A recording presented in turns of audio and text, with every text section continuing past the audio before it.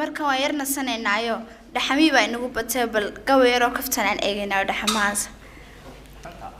dhaxanta waxa jira rag badan oo markay maaragtay dhaxamu soo dhacaan ayuu rag oo dhan social media xalaga sheekeynaya hebel gormaad guursanaysa heblaayo shidan tahay wax kale waxaan dumar ahayn marka ma haysan markay dhaxamu soo dhacaan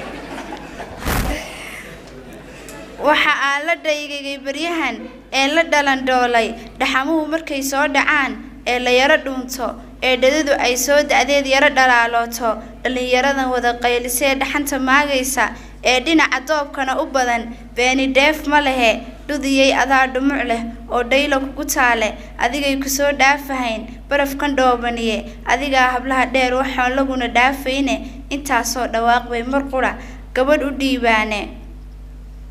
ma dharaaraha qabowgaba gabiba dheeftiinu weligaaba dhararnow habluhu maaha dhalanteede weligaaba dhaxamo bustiya maaha dharkaagiye